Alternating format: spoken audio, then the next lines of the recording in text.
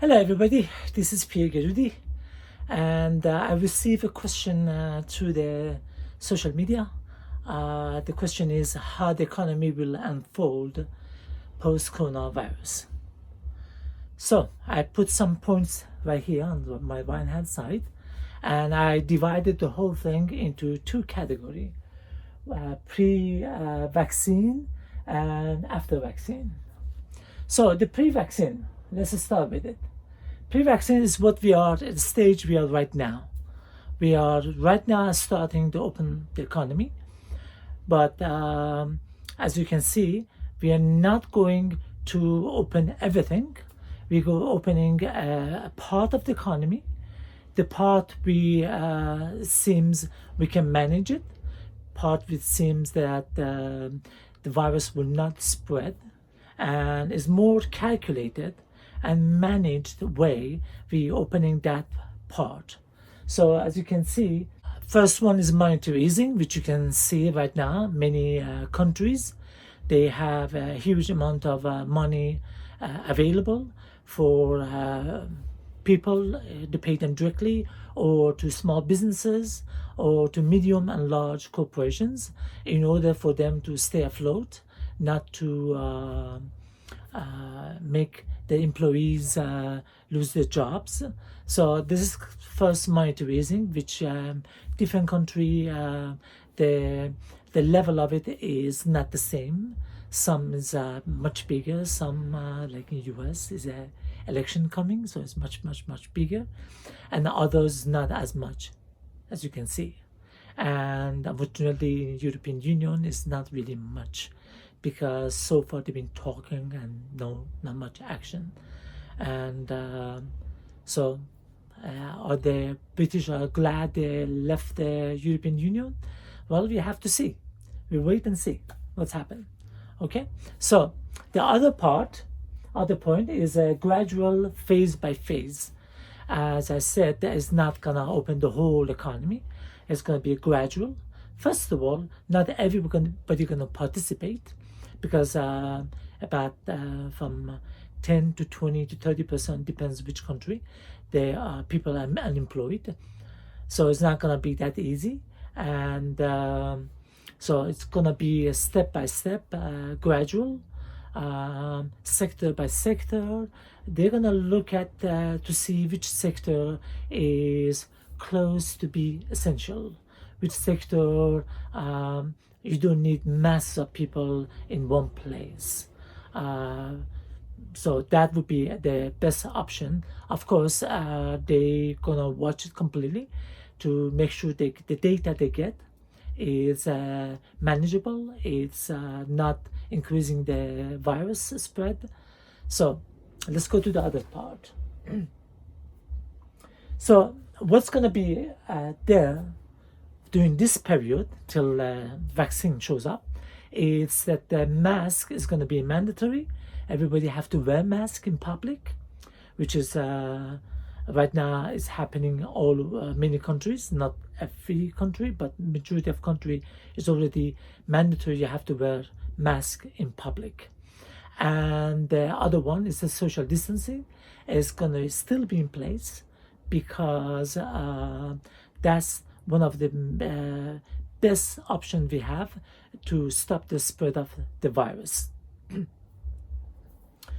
So we go to the section of after vaccine. Okay, the after vaccine. The first one is 20 to 30% of jobs will be lost. Why am I saying that? Because first of all, those jobs already lost, they're not gonna come back as easy, because the economy going gradually.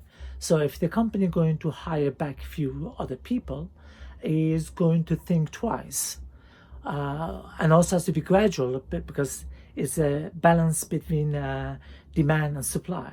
So you have a manufacturer and not many people buying it, so you're not gonna try to produce as like pre-virus. And the bankruptcy will go up, especially among the bankruptcy will go all the different sectors of economy, especially small businesses. Of course, will happen on the especially mom and pop shop, medium industries, and large corporations. It's going to happen everywhere. The next one is going to happen. M&A is merger and acquisition. So why merger and acquisition? Well, because some industries, as even some sectors of any industry, in order for them to survive, in order to stay in the business, so they rather be join hands with other companies. So that way they can stay in business, and also they increase the monopoly of their position in the market. So that's also part of the economy. Unfortunately, we're going to see more bankruptcies as well. Those companies that were struggling pre-virus in order to stay in business, those probably almost 90% of them are gone. They're never going to come back because they can't hold it, because they were struggling in a normal economy. How could they survive during the crisis and even after the crisis, unless someone come forward and see them they are playing a big role. They could be playing a big role, and so they will finance them, and so they stay afloat. But I doubt it. Let's go next section. There's going to be about 50% employment cut in many companies. Why I say that? Well, I can tell you right now, because anyway, 20% of the employment will be lost because of the supply and demand balance, and 30% of them going to be lost because they're gonna go digital. It means part of those companies are gonna go digital, and it's normal. It's in long term, it pay nice dividend, and as well as they save money for them. And in this situation, and even though after that, there's the customers are not gonna be available like it used to be pre-virus. Not 100% of the people are gonna come and shopping and buying things. It's not gonna happen.